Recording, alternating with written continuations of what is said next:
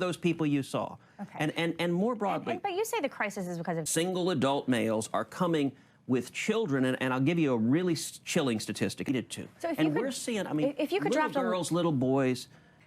The question about loopholes, though, somehow doesn't pass muster because, or maybe it's not the question about loopholes, but it's this notion that it's the Democrats' fault in Congress.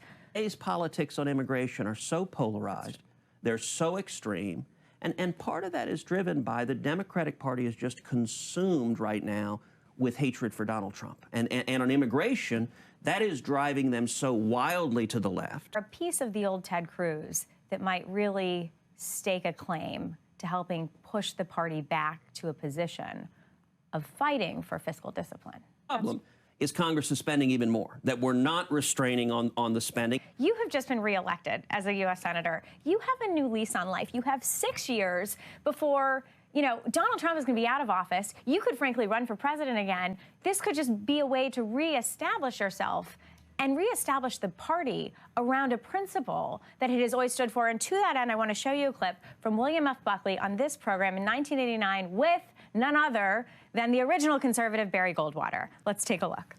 For a Texas family has better tax increase. Policy than California. Undoubtedly. Texas, I mean, that's why 1,000 people a day move to Texas. If you could handicap the Democratic president. I mean, you know from your race, Beto O'Rourke won 48%, and it wasn't just the far left, and it wasn't just the progressives. Rhetoric from the president is one of the things that is energizing the Democratic Party. Of course. What is going to do what you just said, that he will have a hard time getting reelected. He is not. Foreign policy for a second.